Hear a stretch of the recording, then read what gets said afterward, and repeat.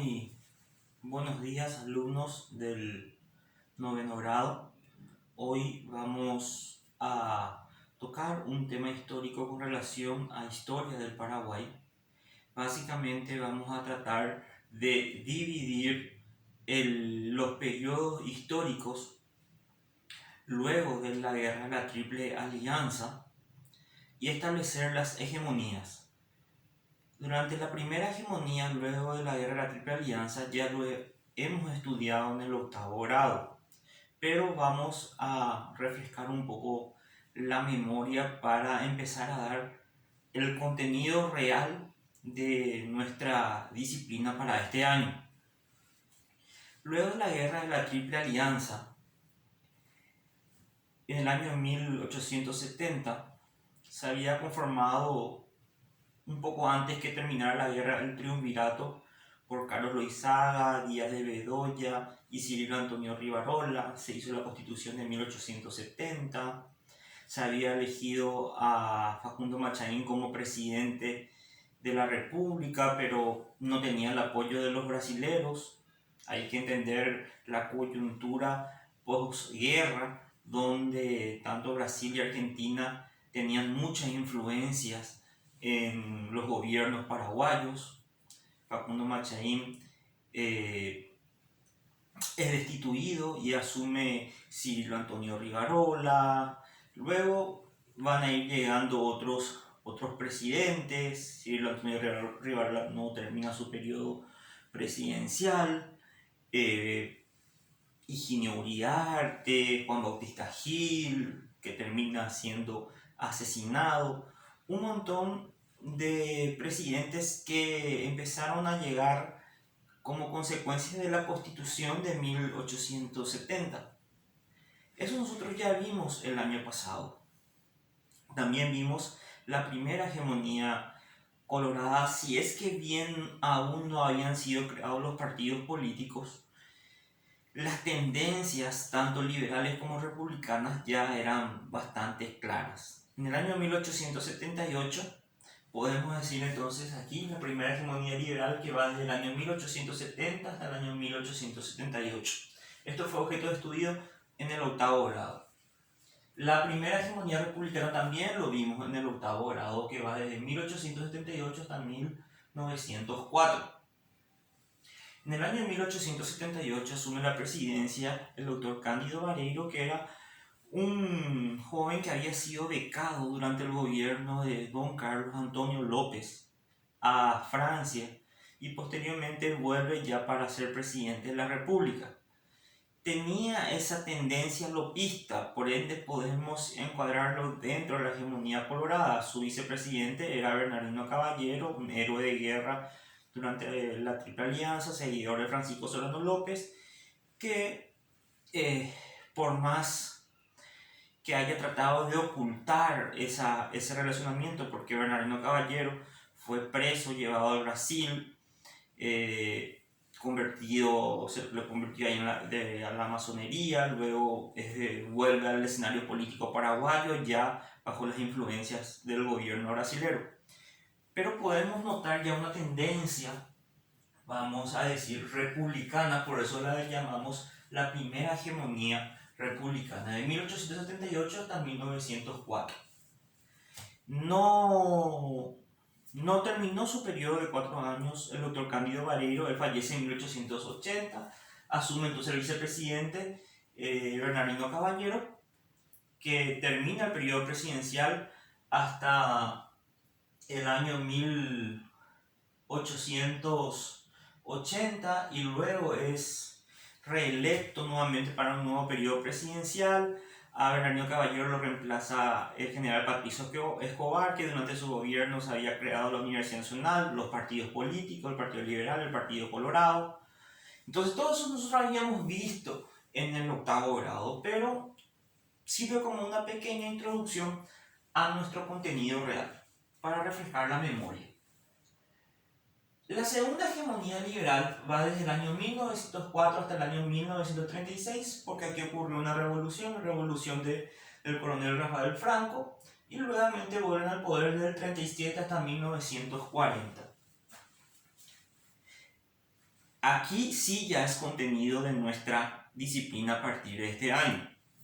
Entonces, durante la segunda hegemonía liberal, podemos decir que el Partido Colorado fue gobierno hasta el año 1904. Ocurre la revolución del año 1904, donde el Partido Colorado pierde el poder y queda en manos de los liberales, apoyado fuertemente por el gobierno argentino. Esta revolución fue tan sangrienta que los colorados tuvieron que ceder el poder a los liberales con el Pacto Pilcomayo. ¿Por qué se llama Pacto Pilcomayo? Porque el acuerdo se firmó en un buque que llevaba el nombre de Pilcomayo. Entonces, el último presidente colorado fue el coronel Ezcurra. En 1904 ocurre la Revolución Liberal, el Pacto Pilcomayo. El Partido Liberal asume nuevamente la presidencia de la República, el poder, y a partir de ahí viene una serie de presidentes. Y podemos analizar que desde el año 1904 hasta el año 1912, la característica de los gobiernos liberales fueron de una constante anarquía, una inestabilidad política que desangró al país. Entre 1904 y 1912 ocurrieron 5 revoluciones y pasaron 9 presidentes. Realmente es un hecho abrumador que devastó la estabilidad política de nuestro país, debido a que el periodo presidencial, según la Constitución de 1870, era de 4 años. O sea, entre 1904 y 1912 tendría que haber solamente 3 presidentes. Sin embargo, tuvimos 9 presidentes como constante, como muestra de las constantes, digamos, revueltas, golpes de Estado y la inestabilidad política que era reinante en ese tiempo. El primer gobierno liberal durante la segunda hegemonía es la de Juan Bautista Gaona, que fue presidente entre 1904 y 1905. Se dictó una ley del servicio militar obligatorio, se creó el Estado Mayor del Ejército. No realizó muchas obras de gobierno debido a la situación misma de pobreza que en ese tiempo existía. Juan Bautista Gaona es reemplazado por Cecilio Báez, que fue de 1905 a 1906 presidente de la República. Durante el gobierno de Cecilio Báez se adquirieron la biblioteca del hijo del mariscal Francisco Solano López, se licitaron sistemas cloacal, alumbrados públicos, aparecen los primeros automóviles en el Paraguay. A Cecilio Báez lo sucede el general Benigno Ferreira, que era el líder de los liberales en la revolución de 1904. Benigno Ferreira fue presidente desde 1906 a 1908. Aquí, en el año 1908, ocurre una gran revolución al mando del coronel Albino Jara. Hay que rescatar este hecho o esta importantísima noción de que el coronel Albino Jara fue el único presidente luqueño que tuvo la República del Paraguay. Albino Jara fue luqueño y sus restos descansan en el mausoleo que está en la plaza General Lizardo Aquino, junto con los restos del mismísimo General Aquino. Y Albino Jara era un hombre extremadamente pasional, flemático. Hizo sus estudios en el extranjero, tenía un carácter bastante duro y constantemente era responsable de levantamientos militares, a tal punto que la gente en el interior, cada vez que había mal tiempo, la gente, y había truenos, la gente decía Tega Patahara o Tega Patahara. Si es el tiempo con algún rayo, relámpago, o es Albino Jara con una de sus revoluciones nuevamente. Entonces Albino Jara lidera esta revolución en 1908 y instauran en el poder a Emiliano González Navero, desde 1908 a 1910. En el año 1909 ocurre una revolución llevada adelante por los colorados, conocida como la Revolución de los Laureles, pero este intento fracasa y los colorados nuevamente se quedan sin el pan ni la torta y en la llanura, y los liberales mantienen el poder. En el año 1910 asume la presidencia Manuel Gondra, fue presidente 3 o 4 meses, no más de ese tiempo, y nuevamente ocurre un golpe de Estado en enero de 1911, encabezado nuevamente por el coronel Albino Jara, que asume la presidencia de enero a julio de 1911, porque también